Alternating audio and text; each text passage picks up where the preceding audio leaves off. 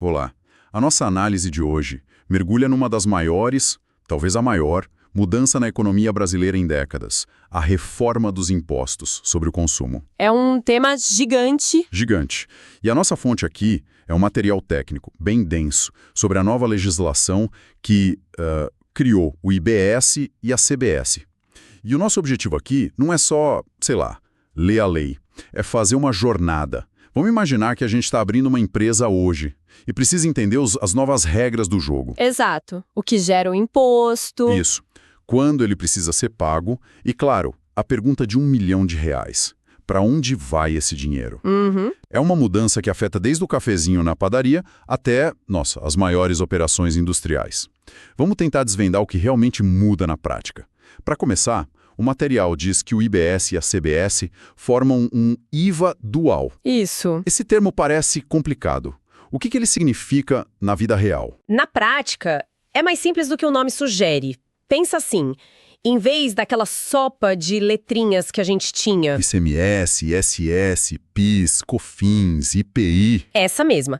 Em vez de tudo isso, a gente vai ter basicamente 2 grandes impostos, com regras muito parecidas, e eles funcionam como um imposto sobre valor agregado, o famoso IVA que existe no mundo todo. Ah, tá. A CBS é a parte federal e o IBS é a parte que estados e municípios dividem entre eles.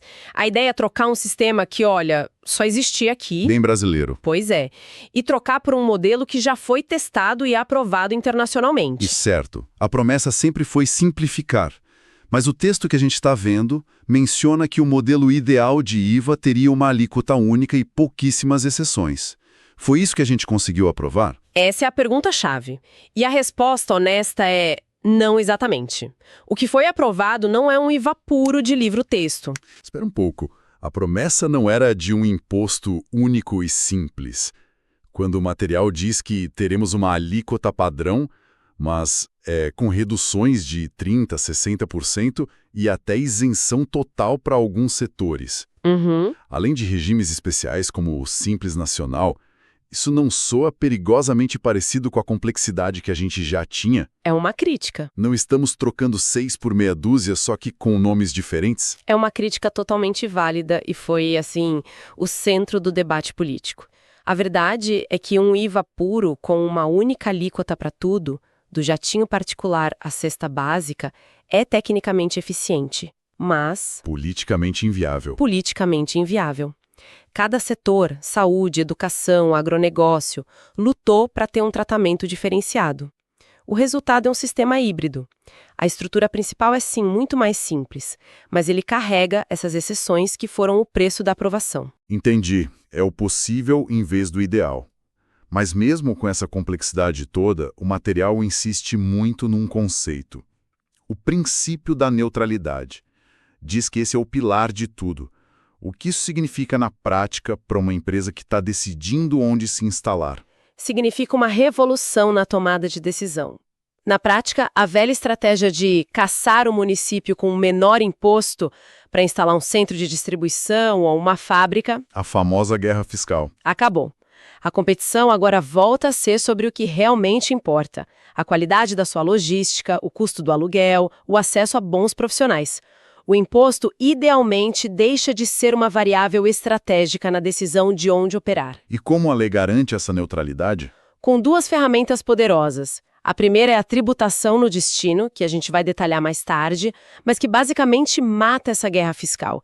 E a segunda é a não cumulatividade plena. A não cumulatividade é um termo que a gente ouve há anos, mas na prática sempre teve um monte de trava, um monte de regra que impediu o crédito. O que o plena significa de verdade agora? É para valer? Uma empresa vai poder se creditar de tudo mesmo, até da conta de luz do escritório ou do café que compra para os funcionários? Ótima pergunta e ela vai direto ao ponto. A resposta é quase tudo. A grande mudança é que o conceito de crédito foi ampliado drasticamente. Acabou aquela discussão se algo é insumo ou bem de uso e consumo. Que era uma briga eterna. Eterna. A regra agora é clara. tudo que for adquirido para a atividade da empresa gera crédito. A conta de luz, o material de limpeza, o serviço de contabilidade, a máquina nova. A única exceção explícita são os bens e serviços para uso e consumo pessoal dos sócios ou funcionários. Certo. O cafezinho, por exemplo, ainda vai ser um debate. Mas a intenção da lei é ser o mais ampla possível. O imposto só deve pesar de fato sobre o consumidor final. Ok, isso muda bastante a gestão financeira das empresas. Mas vamos para o gatilho. O que exatamente faz nascer a obrigação de pagar o imposto? No sistema antigo, a briga era para definir se algo era mercadoria para pagar ICMS ou serviço para pagar ISS. Como ficou agora? Essa briga acabou. A lei criou um conceito guarda-chuva, muito amplo, chamado fornecimento. Fornecimento. Isso. Agora não importa se você está vendendo um produto físico, prestando um serviço ou licenciando um software. Tudo é fornecimento. Qualquer operação que envolva a transferência de bens ou direitos ou a prestação de uma atividade entra nessa definição. Isso unifica tudo e elimina as zonas cinzentas que geravam bilhões em disputas judiciais. E o material faz uma distinção que parece sutil, mas que você diz que é importante entre adquirente e destinatário. Por que essa diferença é tão crucial? Porque ela define quem manda no imposto. O adquirente é quem paga a conta, quem compra. Ok. O destinatário é quem recebe o bem ou serviço. Pode ser a mesma pessoa, claro. Mas imagina que uma empresa em São Paulo compra computadores e manda entregar direto no seu escritório filial na Bahia. Certo, o comprador está em ST, mas o produto vai para BA. Exato. O adquirente está em SP, mas o destinatário está na BA. Com a tributação no destino, é a localização do destinatário que, na maioria das vezes, vai determinar para qual estado e município o IBS será devido. Ah, então é o local do consumo que importa. É o local do consumo que importa. Entendi. E falando em o que é tributado, a base parece que cresceu muito. O material menciona que até a locação de imóveis, que era um campo assim sagrado, sem imposto sobre consumo, agora entra na dança. Exatamente. A lógica foi, para que a alíquota geral seja a menor possível, a base de incidência tem que ser a maior possível. Então, sim, locação de bens móveis e imóveis, empréstimos com juros entre empresas, tudo isso agora é considerado fornecimento e é tributado. Até algumas doações entram. Doações? Como assim? Quer dizer que se eu doar dinheiro para uma ONG eu vou pagar imposto? Isso parece muito contraintuitivo. Não. Uma doação pura e simples, sem nenhum interesse por trás, continua isenta. Mas a lei olha a realidade econômica da operação. O exemplo no material é ótimo. Uma fabricante de tintas doa todo o material para a reforma do cenário de um programa de TV. Ah! Com a condição de que a sua marca apareça nos créditos. Ah, claro. Isso não é uma doação, é uma troca. Tinta por publicidade. Perfeito. É uma permuta. O sistema identifica que houve uma contrapartida, um benefício para o doador. Nesse caso, há imposto. Agora, se essa mesma empresa doa um terreno para a prefeitura construir uma creche para a comunidade, o benefício é para terceiros, não para a empresa. Aí não há incidência. Entendi. A lei tenta separar o que é genuinamente filantropia do que é negócio disfarçado de doação. Faz sentido. E já que a gente está nesses casos práticos, o material fala sobre as bonificações. Aquele famoso leve 12, pague 10. Como fica isso? Sempre foi uma confusão. Esse é um detalhe excelente do dia a dia do varejo. A regra geral ficou mais clara. O produto enviado como bônus, aquele que o cliente leva de graça, Certo. não é tributado. Ele é considerado um desconto comercial. Simples assim. Mas sempre tem um mas, não é? Sempre. A exceção é crucial. Se o produto for de um tipo que é tributado por unidade de medida específica, como combustíveis, bebidas ou cigarros. Ah, Aí a história muda. Nesses casos, a bonificação também paga imposto. A lógica do governo é: eu quero a minha parte por cada litro de gasolina que circulou, não importa se ele foi vendido ou dado de bônus. o controle é físico, não financeiro. Exato. Ok, então o que é tributado ficou mais amplo, mas talvez mais claro. Agora, a outra questão. quando a empresa tem que, de fato, desembolsar esse dinheiro.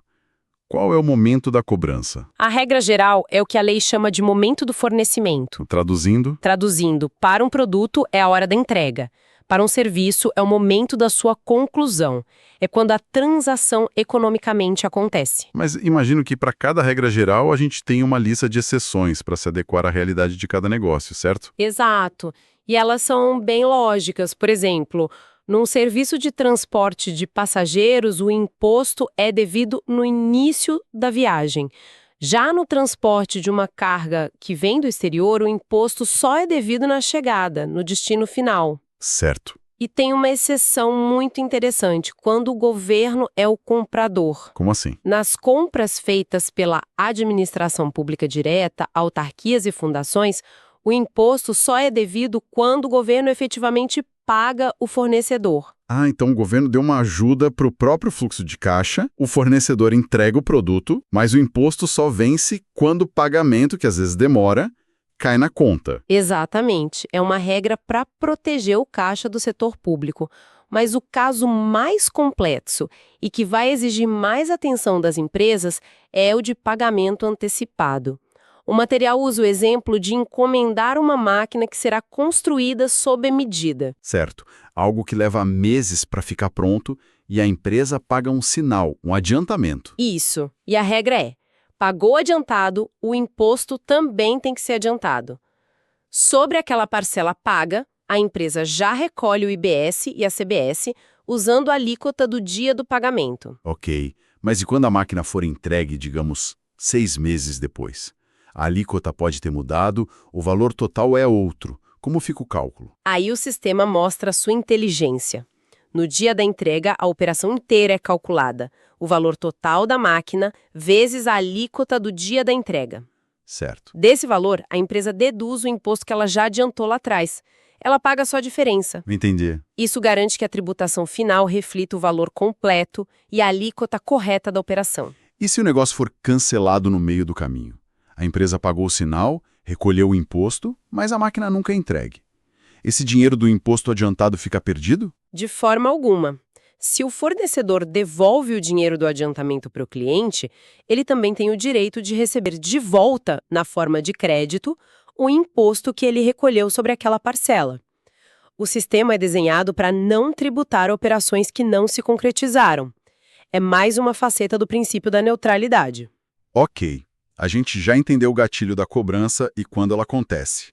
Mas a grande promessa dessa reforma era acabar com a briga entre os estados, a tal da guerra fiscal.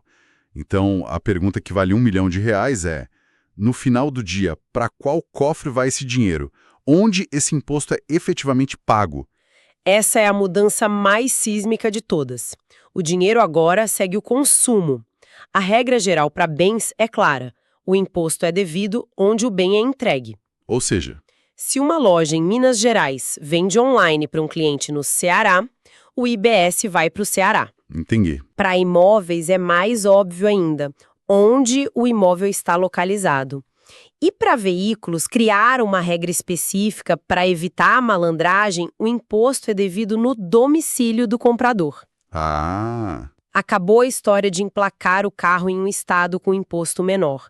isso me lembra a dor de cabeça que era emitir uma nota fiscal para um cliente de outro estado. A gente tinha que ligar para o contador, entender de alíquota interestadual, guia de recolhimento. Era um pesadelo. Então essa regra do destino resolve isso de vez para produtos. Resolve. E para serviços, a lógica é a mesma, mas com algumas nuances. Serviços que exigem a presença física, como o conserto de um ar-condicionado ou uma consulta médica, o imposto é devido no local onde o serviço é prestado. Faz todo sentido. Exato. Mas para a vasta maioria dos outros serviços, consultoria, publicidade, desenvolvimento de software e para bens imateriais, a regra de ouro é: o imposto é devido no domicílio de quem compra, do adquirente. Então, voltando ao exemplo. Se uma empresa de São Paulo contrata uma agência de publicidade do Rio de Janeiro, o imposto sobre esse serviço vai para São Paulo. Perfeitamente. A arrecadação migra massivamente dos estados mais produtores, onde estão as sedes das empresas, para os grandes mercados consumidores. É uma redistribuição de receita gigantesca. A única inversão é em operações sem pagamento, como uma doação.